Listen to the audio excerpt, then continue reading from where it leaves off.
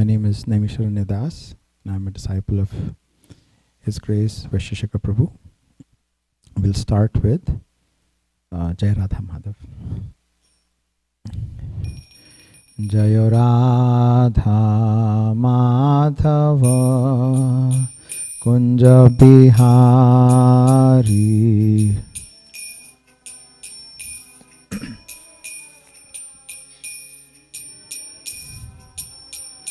Jaya Radha Madhava Kunja Bihari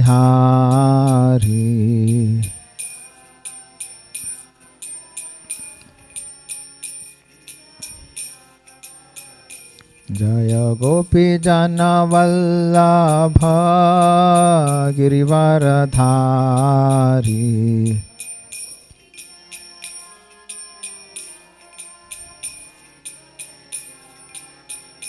Jaya Gopi Jana Vallabha Girivaradhari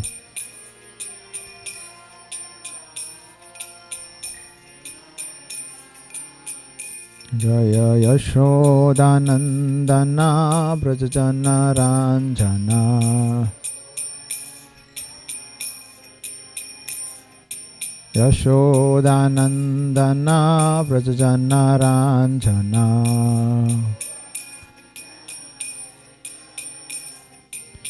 Yashodanandana Brajajana Ranjana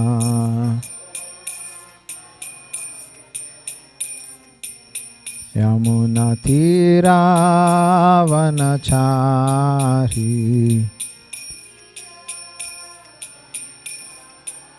Yamuna Tira Vanachari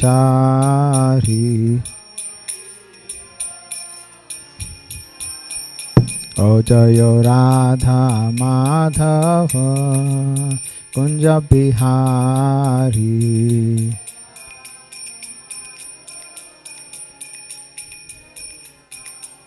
O Jaya Radha Madhava Kunja Bihari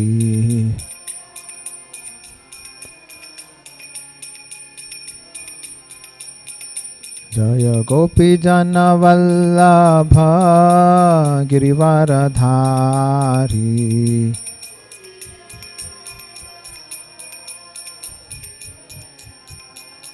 Jaya Gopi Jana Vallabha Girivaradhari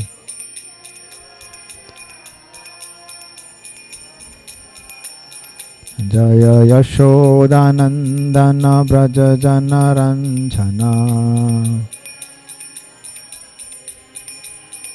Yashodanandana Brajajana Ranjana Yamuna Tira Vanachari Yamuna Tira Vanachari O Jaya Radha Madhava Kunja Bihari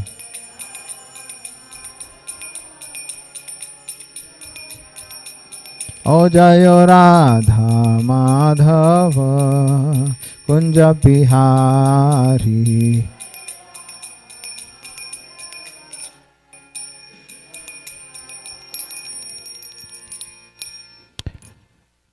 Jai Shri Prabhupada ki Jai Harinam Sankirtan ki Jai Om Namo Bhagavate Vasudevaya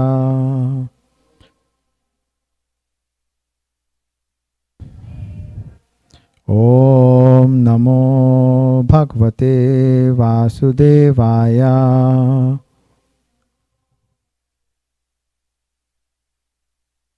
Om Namo Bhagavate Vasudevaya Narayana Namaskritya Naram Chaiva Narottamam Devim Saraswatim Vyasam Tato Jayamudirayet नष्टप्रायेषु अभद्रेषु नित्यं भागवत सेवया भगवती उत्तमश्लोके भक्तिर्भवति नैष्ठिकी। ॐ ज्ञानतिमिरन्धस्य ज्ञानाञ्जनाशलाकया चक्षुरुन्मिलितं येन तस्मै श्रीगुरुवे नमः। So today we'll be reading from Canto 4, text chapter 9, which is titled Dhruva Comes Back Home, verse number 2. So it's 492. We can all pull it up on our phones. Again, it's Srimad Bhagavatam, Canto 4, chapter 9, text 2.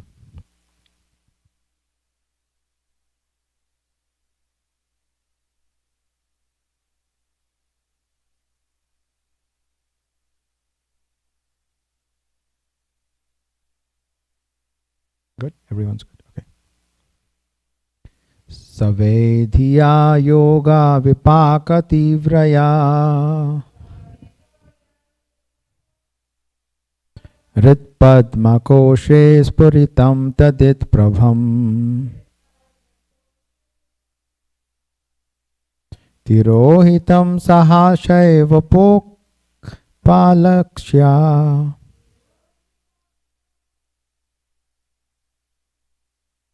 Bahi stitam tad avastam dadarsha. Savaidhiya yoga vipaka tivraya. Ritpadma koshe spuritam tadit prabham. Tirohitam sahashaivopalakshaya. Bahistitam tad avashtam dadarsha. Savaidhiya yoga vipaka tivraya. Ritpadma koshe spuritam tadit prabham. Tirohitam saha shaivopalakshya. Bahistitam tad avastam dadarsha. Please chant. Savaidhiya yoga vipaka tivraya. Ritpadma koshe spuritam tadit prabham.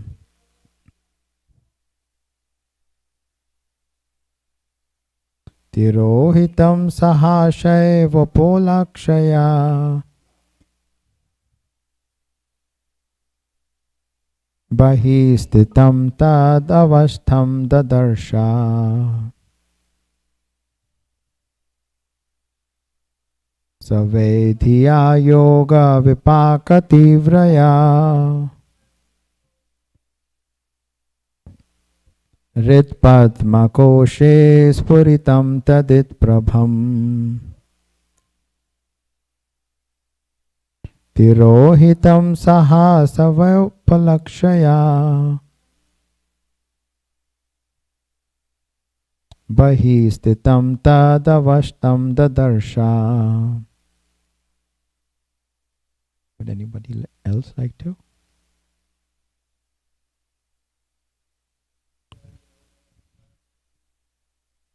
Savaidhiya yoga vipaka tivraya. Ritpadma koshe spuritam tadit prabham.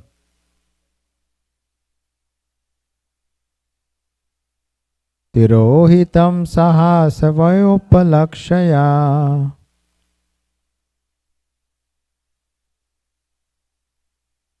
Bahistitam tadavashtam dadarsha. Word for word.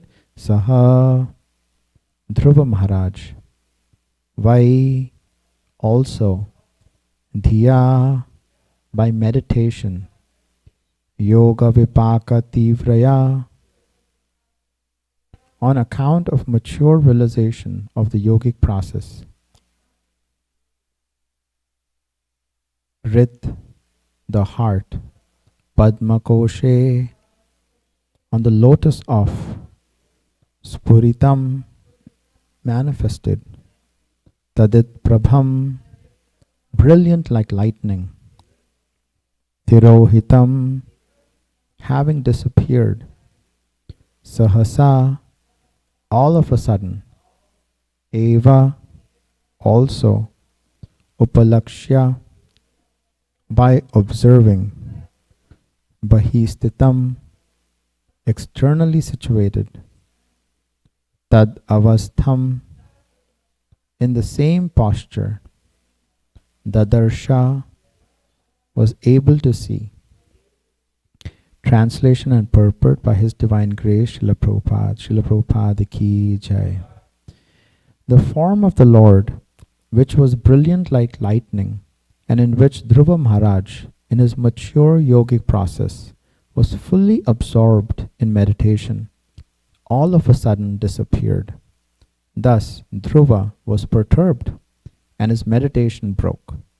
But as soon as he opened his eyes, he saw the same Supreme Personality of Godhead personally present, just as he had been seeing the Lord in his heart. Purport. Because of his mature position in yogic meditation, Dhruva Maharaj was constantly observing the form of the Personality of Godhead within his heart. But all of a sudden, when the Supreme Personality disappeared from his heart, he thought that he had lost him. Dhruva Maharaj was perturbed, but upon opening his eyes and breaking his meditation, he saw the same form of the Lord before him.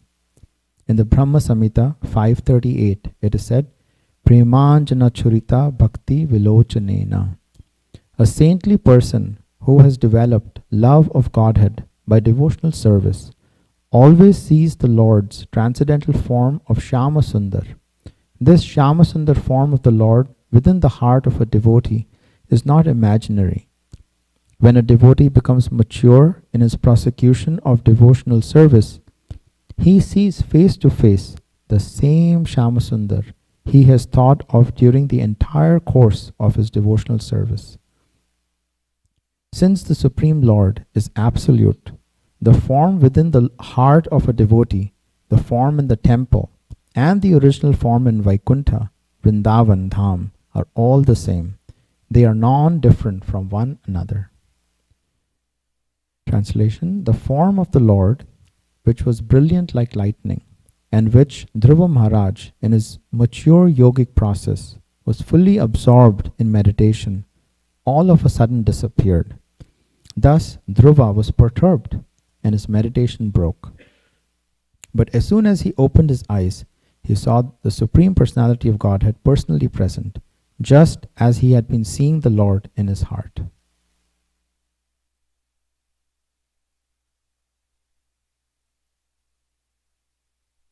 So, in the Bhagavad Gita, Krishna explains that there are 4 types of pious men who approach him. 4 people approach Krishna. They are somebody who is in distress, somebody who is impoverished, somebody who is inquisitive, and somebody who is seeking absolute truth. Srila Prabhupada explains that Dhruva Maharaj was a person who approached Krishna who wanted wealth. So the story goes that Dhruva Maharaj, he was a 5-year-old boy, and he wanted to sit on the lap of his father. But his father had 2 wives, and he favored the second wife. He allowed the son of the second wife to sit on his lap, but when Dhruva Maharaj wanted to sit on his lap, he shunned him away. And Dhruva Maharaj, being a Kshatriya, he was angry. And when Kshatriyas are angry, they can do anything to avenge their frustration.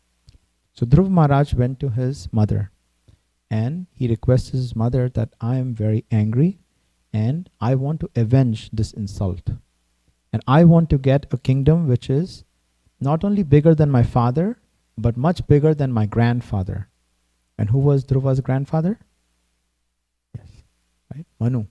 So, at that time, his mother, told him that she became his Path Pradakshina Guru, the first Guru. And she instructed him that you can go to the forest and you can approach the Supreme Personality of Godhead. And when you approach the Supreme Personality of Godhead, then all your desires will be fulfilled. Now, when a devotee, or when a person turns towards Krishna with the desire that I want to serve you, Krishna, then Krishna makes all the arrangements to ensure that a spiritual master comes into that person's life. And that's what happened with Dhruva Maharaj. As he was walking towards the forest, he was intercepted by none other than the great sage Narada. And when Narada approached him, he wanted to test this boy. He wanted to make sure that this boy is actually very strong and serious and determined in what he wants. Getting Krishna is not an easy task. So he wanted to test him. And he told Dhruva that, Dhruva, you're such a small boy. You're just 5 years old. You should just go home now. And then when you're older, at that time, you can then come back to the forest. But Dhruva Maharaj had that Kshatriya spirit. He said, no, I want to reach Krishna's lotus feet. And when Narada saw that Dhruva was actually very strong, serious, and sincere, the 3 S's, strong, serious, and sincere in his determination, Narada instructed him that you have to chant the holy name, meditate on the holy name of Krishna. So, Dhruva Maharaj took the instructions of his guru as his life and soul. And he went to the forest and he made a deity out of his own hands with mud. And after he made the deity, he then started to practice austerity. He started to practice fasting. Now fasting, the reason why devotees fast is so we can reduce our dependence on bodily consciousness, and instead we are able to transfer our consciousness to Krishna. So Dhruva Maharaj was practicing this. And while he was practicing, he was following the orders of his spiritual master. Now that is the qualification of a devotee. The qualification of a devotee is not his piety. Piety can actually get us to the point of finding a spiritual master. Piety can help us come to the point of coming to devotional service and finding a guru. But our real qualification is to follow the instructions of our spiritual master with our life and soul. So Dhruva, in the first month, he was only eating kapita fruits which were just for monkeys. And he would eat it once in 3 days. In the second month, he would eat just dry leaves and grass. And he would eat it once in 6 days. In the third month, he was drinking water, and he was just drinking a sip of water once in 9 days. He's a 5-year-old boy. By the fourth month, he was getting so empowered and so strong in his will, and he was able to remember Krishna, that he only was sustaining with 1 breath once in 12 days.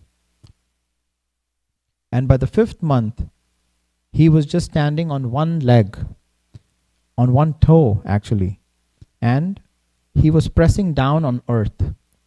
And because of his empowerment, he was so empowered and focused in hearing and remembering Krishna that he was actually pushing down the earth planet with his weight. Our acharyas say that it was actually not his weight. Because he was remembering and worshipping Krishna, Krishna actually empowered him, and it was Krishna's weight which was actually coming in the form of Dhruva Maharaj's austerity.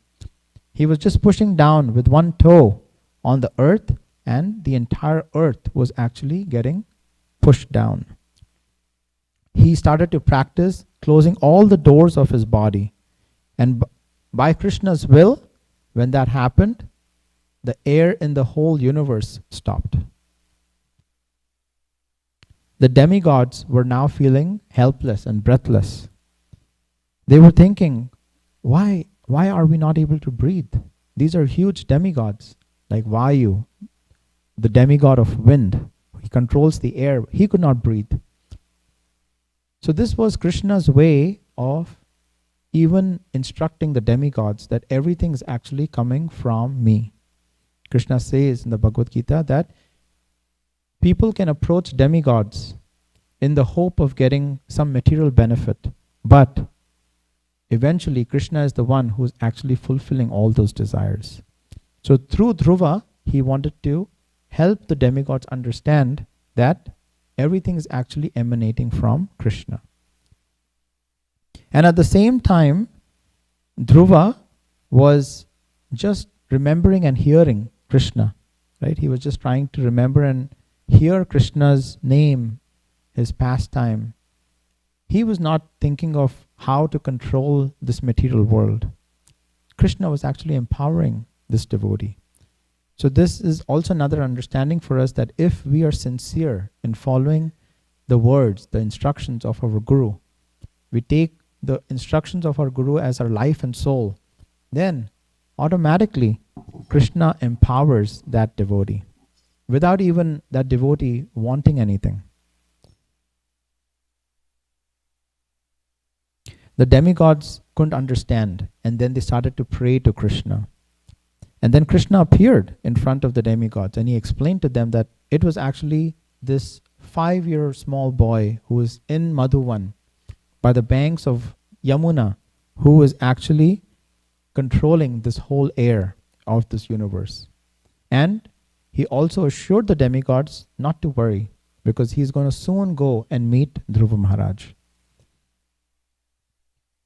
We also should understand that if we become proud, Krishna takes away whatever mercy he has shown us. And he wanted the demigods to understand that.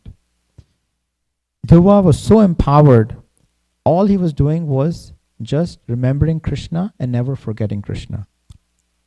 So always remembering Krishna, never forgetting Krishna. A-R-K and F-K.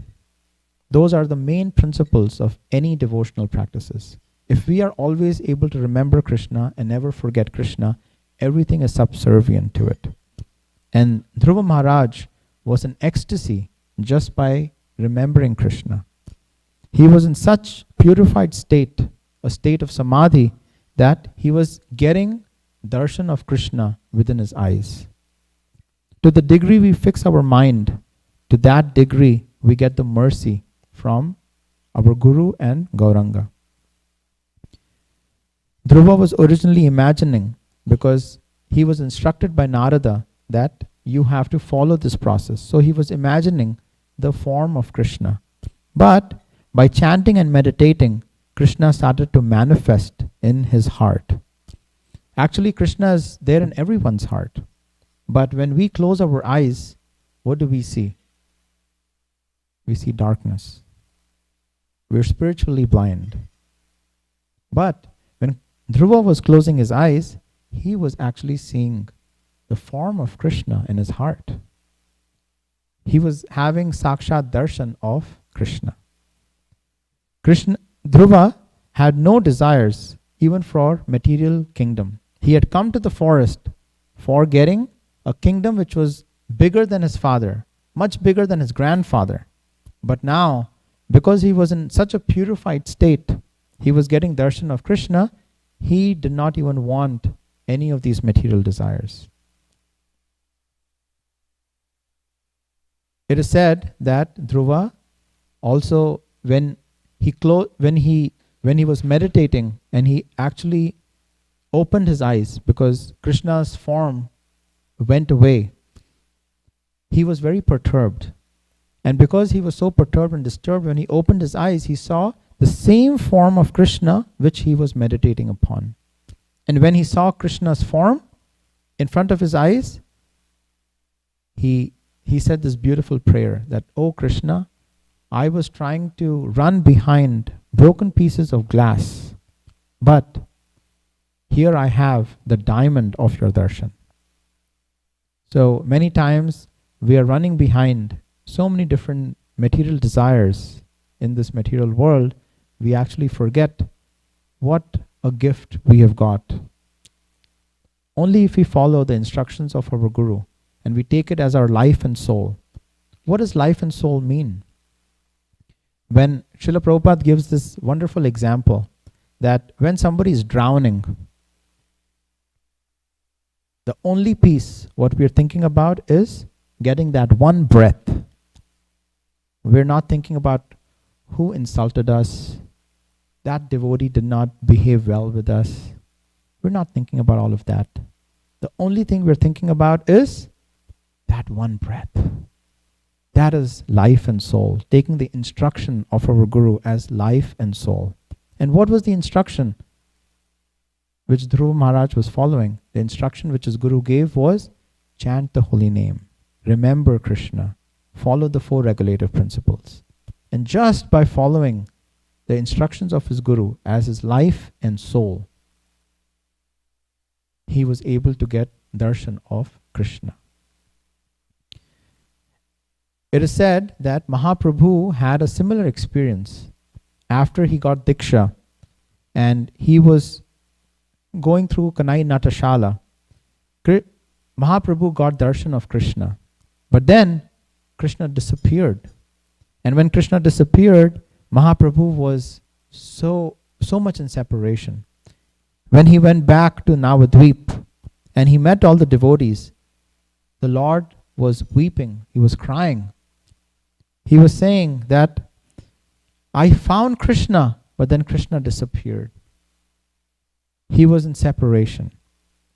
Same way we see how Narada, when he was traveling, he got darshan of Krishna, but then Krishna disappeared. And then Narada was just searching. So this is how devotees are always constantly thinking of Krishna within their hearts. Premanjana churita bhakti vilochanena santa sadaiva hridayeshu vilochayanti. In the heart of their hearts, devotees are always meditating on Krishna's form. The form we meditate on is none other than the form we see on the deities, on the altar. It's the same form. If we start to think that this form is just of stone or wood, then it becomes material. Actually, if you think of it, everything is emanating from Krishna. All energies are spiritual. So how does it become a material energy? It becomes material when we don't utilize that in Krishna's service. If we actually have that relationship with Krishna, then we are able to understand that this is Krishna himself. Krishna is manifested, so we are able to see him. And only by devotional service can we actually understand Krishna. We can know Krishna. No other process. Now, pure love is revealed only when Krishna is pleased. We see in this wonderful Damodar Ashtakam, which we recite during the month of Kartik, that Mother Yashoda, she did her endeavor, but Krishna only gave the mercy, and only then she was able to bound Krishna with her love. So, our Guru Maharaj's order is our life and soul. The eternal servitude is when there is no difference between what is inside and what is outside.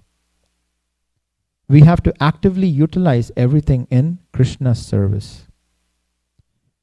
Krishna also says that when we are doing this and we are actively utilizing everything in Krishna's service, we are able to see Krishna everywhere. And Krishna says in the Bhagavad Gita that that person who is seeing me in everything and everywhere, that person is never lost to me and I am never lost to that person. When our heart is humble with devotion, only then we are able to see Krishna everywhere. So we have to approach the deity with reciprocation. He's no different from the name, from the form, the pastimes. When we associate with devotees, then our faith increases. So this all comes down to faith. And how does our faith increase? When we associate with devotees. When we associate with somebody who does not have faith, then our faith also decreases. But when we associate with somebody who has faith, then we also get those mercy particles. That is nishtha. Then our heart becomes purified. The sound vibration is actually Krishna himself, and we can see Krishna through our ears. For example, the devotees, the pure devotees, want to keep hearing Krishna's name. They want to keep hearing the same pastimes again and again. They want to see Krishna through their ears.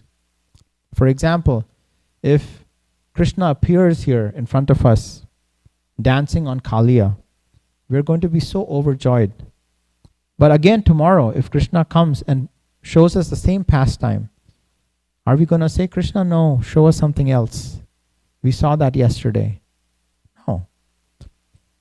Pure devotees are in such a state that they want to constantly hear again and again the same pastimes. And when they hear those same pastimes again and again, they have newer and fresher realizations. The same way we hear of Satyavrat Muni in Damodar Ashtakam. Here he is praying that, oh, Krishna, please allow me to have this form of Damodar, where Mother Yashoda is running behind you, catching you, while you're breaking the pot of butter, feeding it to the monkeys. He's not saying that, Krishna, show me another pastime tomorrow. No. He's saying, show this to me again and again. He wants to hear the same pastime. He's seeing it through the ears. So that, dear devotees, is a sign of spiritual advancement. If we want to hear the same pastime again and again, then we know that we are progressing. Just like Haridas Thakur. Haridas Thakur, he was chanting 300,000 names every day.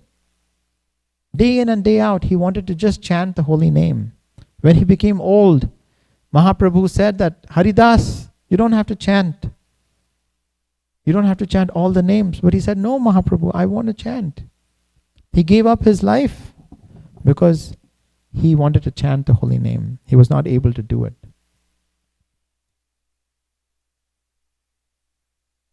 We also see in the story in Chaitanya Bhagavat the same mood where Mahaprabhu, he was approached by Gadadhar Pandit once.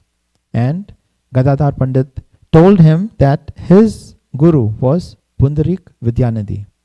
And he had given him the mantra, but he asked Mahaprabhu that, I don't fully understand this mantra. Can you please tell me? Mahaprabhu said, Pundarik Vidyanidhi is a pure devotee. And when somebody gives you the mantra, you should not hear the mantra from anyone else. And I believe Pundarik Vidyanidhi is soon going to be arriving here in Puri. And soon enough, Pundarik Vidyanidhi was in Puri in the next few days. And as soon as he reached, he and Swarup Damodar were very, very close friends. They hugged each other, they shared intimate pastimes with each other, and after a few days in Puri, there was this wonderful pastime of Odhan Shashti. When it becomes a little cold during winter, the devotees, they offer warm garments to the Lord Jagannath. So they had gone to the temple to observe this wonderful pastime. And they noticed that devotees were offering fresh garments to the Lord. Wonderful colors, blue, orange, green, pink, along with that beautiful flowers, jasmine, hibiscus, chrysanthemums, roses, beautiful fragrance. They were both in bliss. They were in ecstasy. They were swooning in ecstasy. And as they were coming back Pundarik Vidyanidhi told Sarvabhauma Bhattacharya that I don't think this festival was correct. There was something wrong. Swarup Damodar said, What? What do you mean? And he said, I saw the devotees were offering to the Lord fresh starched garments.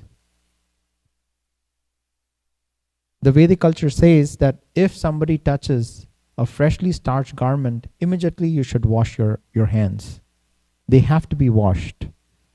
So Pundarik Vidyanidhi was explaining this to Swarup Damodar. And Swarup Damodar was saying, no, this is not the right mood. Here, this festival has been going on for ages. The king of Puri has been practicing this throughout his lineage, offering these garments to Jagannath, and Jagannath has been accepting it. But then Pundarik Vidyanidhi said, no, the Lord might accept it, but the devotees should have the right mood, and we should follow the right rituals. And like that, they were arguing, but they were laughing too, because they were friends. They were having a light conversation and sharing this pastime. At that time, Swarup Damodar and Pundarik Vidyanidhi, they went back to their homes. In the night, Pundarik Vidyanidhi had a dream. And in his dream, Jagannath and Baladev approached him. And when they approached him in his dream, Jagannath was angry. His eyes were really big with anger. Hare Krishna. Imagine Jagannath with big eyes, angry, coming at you. Pundarik Vidyanidhi immediately bowed down and paid his obeisances. But they were angry, and Baladev started to beat him and slap him. And Jagannath started to do the same. And Pundarik Vidyanidhi immediately went down, bowed to their lotus feet and said, please stop. Please accept my forgiveness. I don't know what I have done. And they kept beating him. His cheeks became so red and swollen. And then they said that you have no adhikar to criticize my devotees. The devotees are doing this with their love and affection, and you have no reason to criticize those devotees. And then immediately Pundarik Vidyanidhi, he paid his obeisances, he begged for forgiveness, and Jagannath and Baldev, because they knew that he was a pure devotee, they left him smiling. In the morning, when he woke up, he saw that his cheeks were actually swollen and red. And every morning they actually went to the temple of Jagannath, Baldev and Subhadra. Both he and his friend Swarup Damodar. But that day he was missing. So afterwards when they met, Swarup Damodar asked Pundarik Vidyanidhi that, how come you didn't show up to the temple? And what's going on with your face? Why is it so swollen and feels like it's all beaten up? And then Pundarik Vidyanidhi explained, that's what I wanted to share with you. Last night, the discussion we were having, actually, you're correct and I'm wrong. That pastime is something which Jagannath and Baldev, they love. And it was, I'm in the wrong to criticize those devotees. And then he explained the whole pastime. And Swarup Damodar then said that, yes, you're so fortunate that Jagannath and Baldev came and they chastised you in this way. This is the last story actually in the Adi Leela of Chaitanya Bhagavat. And Chaitanya Bhagavat ends with this story. This gives us so many different realizations that we should never judge devotees. The Lord accepts the Vaishnavas as they are. We should always surrender to Krishna with all our humility. And we also see that Krishna always protects his devotees. Here we see that Krishna was protecting Pundarik Vidyanidhi from his thoughts. He was protecting him from his negative thoughts. So when we come here in the Srimad Bhagavatam class, we should actually open our hearts. We should open our hearts in such a way that Krishna is helping us to develop that humility, to ensure that our hearts become soft. Whenever any Vaishnav comes and corrects us, we should think that this is a representative of Krishna who is coming, who is helping us to improve. What are we going to do then if somebody comes to correct us? Is our ego going to come and play and say, no, I know what is right, you don't know what's right? Or are we going to take the position of Pundarik Vidyanidhi, to be soft and humble and understand that this was Krishna's way to instruct him? So, here we see that when Swarup Damodar and Pundarik Vidyanidhi were seeing the deities of Jagannath, when he was having the dream, when he was remembering, they were all the same. They were one and the same. The same form of Jagannath was on the deities, on the altar. The same form of Jagannath was in his heart, and the same form he was remembering. Just like how Dhruva Maharaj, when he was meditating, he was able to see the same form of Krishna. Dhruva here gave up the desire to get a kingdom, but by Krishna's mercy, he got a bigger kingdom. We don't have the desires for sense gratification. The highest desire we should have is to serve Krishna. So, as we chant the holy name, we should remember that this is non-different from Krishna. And Srila Prabhupada explains in this purport that whatever form we are remembering, whatever form of Shyam Sundar we are remembering, that same form, after continuous years of practice, is going to come in front of us when we actually open our spiritual eyes. So we'll stop here and we'll try to see what realizations devotees have, any reflections or thoughts. Yes, Mother Kunti. Is there a mic we can use? Do you want to use this one if you don't have? Okay.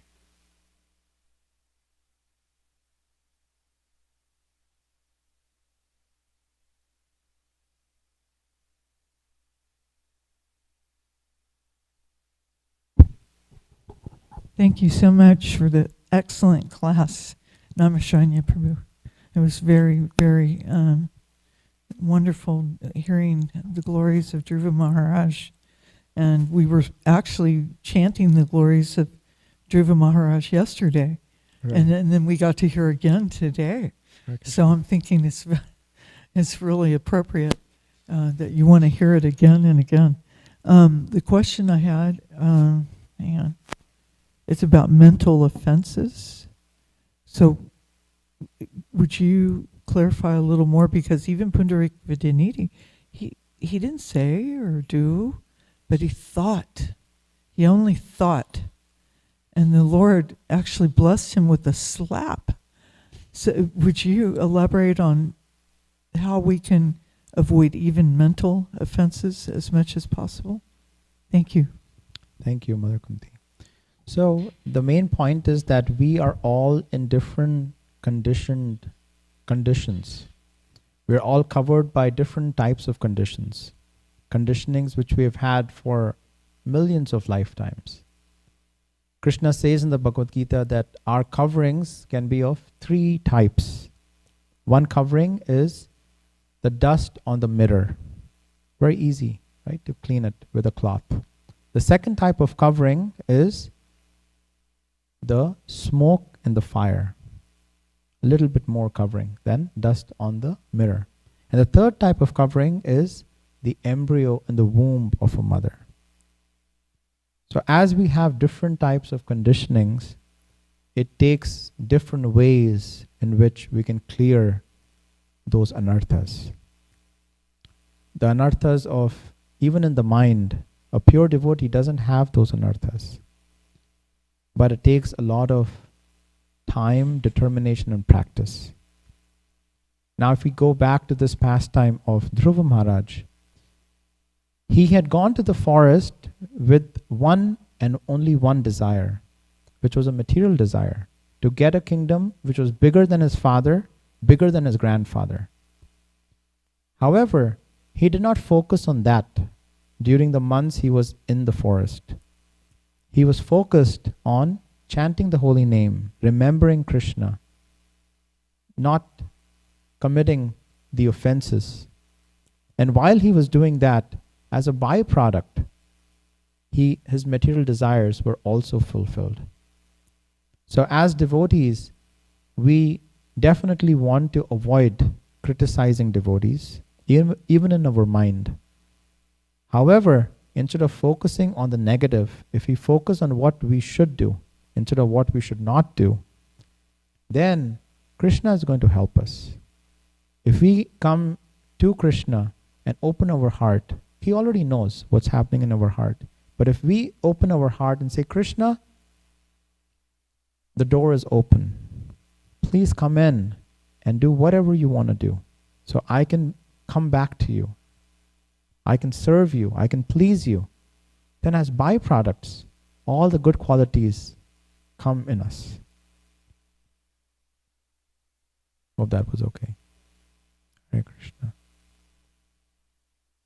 Anybody else? Mr. Bhagwan Prabhu. So happy to see Mr. Bhagwan Prabhu. I was missing Prabhu so much. I'm so happy to see him.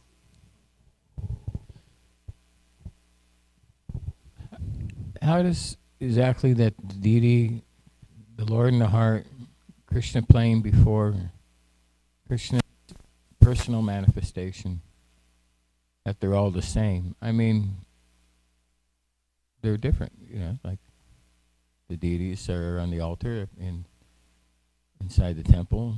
The Lord in the heart's everywhere. When Krishna personally appears before somebody, that's a different manifestation. But how is it like different and the same at the same time?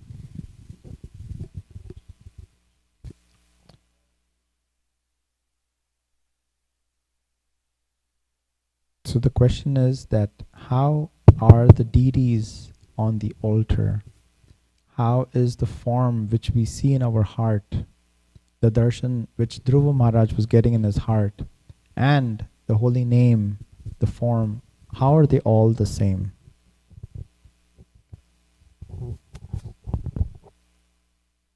So Mr. Bhagwan Prabhu, you're so senior, and I know you know the answer, but for the benefit of all of us, you have asked this question, so I'm going to try answering.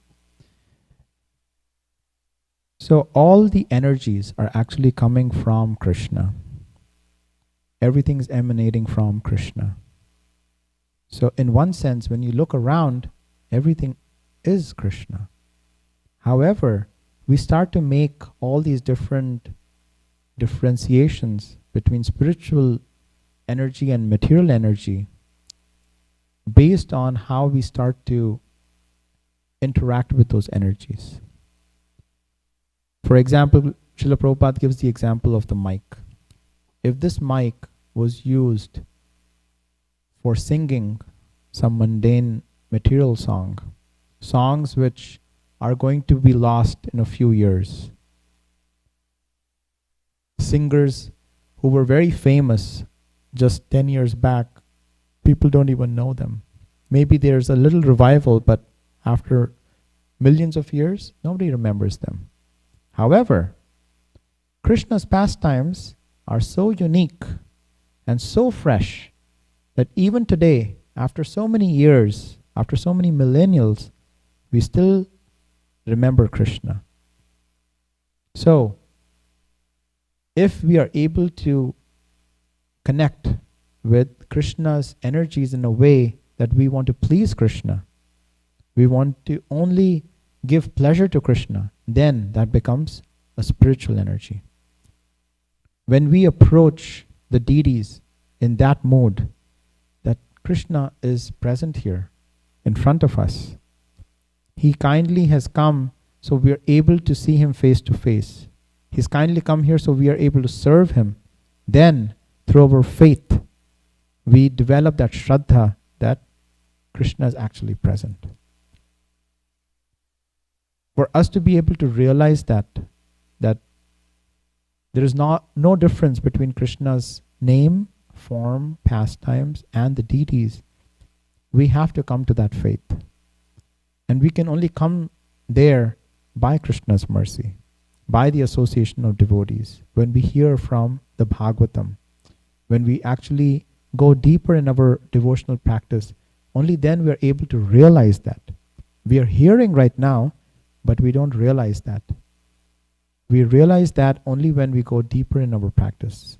And only by Krishna's mercy, then we are able to understand that, wow, Krishna was right here in front of us all this time. And I was spiritually blind to not even see Krishna. Those are some thoughts. Would you like to add something, Prabhu?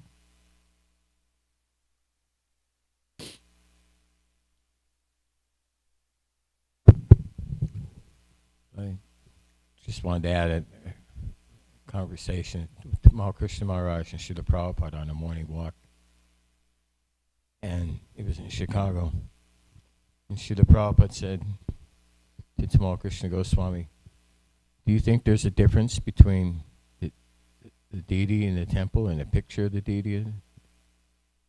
And Tamal Krishna Maharaj was honest, but he knew he was given the wrong answer. He says, yes. And Prabhupada said, no, they're not different. And I just thought it was funny because I knew that Tamal Krishna Maharaj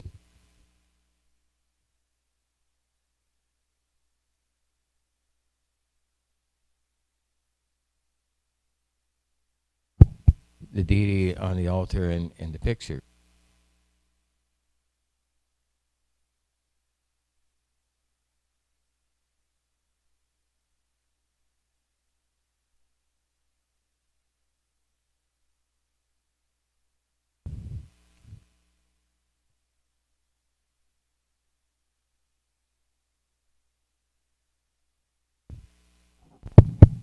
Yeah, Prabhupada, Goswami said yes, and then Prabhupada said no.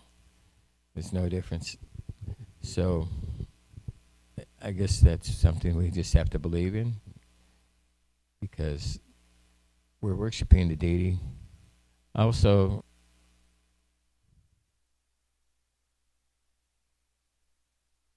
one time I paid my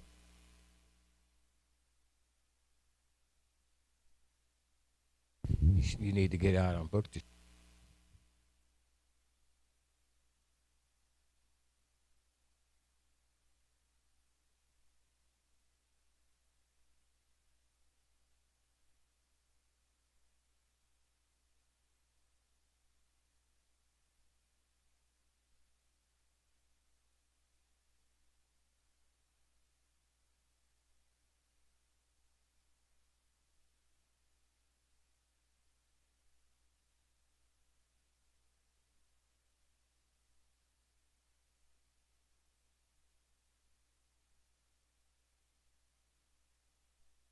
Absolutely.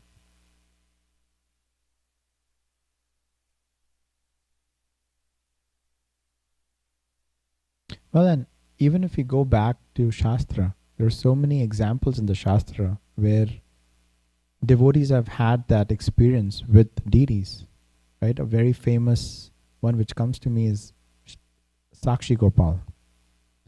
In that pastime, there were two brahmanas, one older brahmana and a younger brahmana, and they had gone for a walk, or they had gone for some seva, and the younger brahmana took care so much of the older brahmana that he was so pleased that the older brahmana said that when we go back home, I'm going to give my daughter in marriage to you.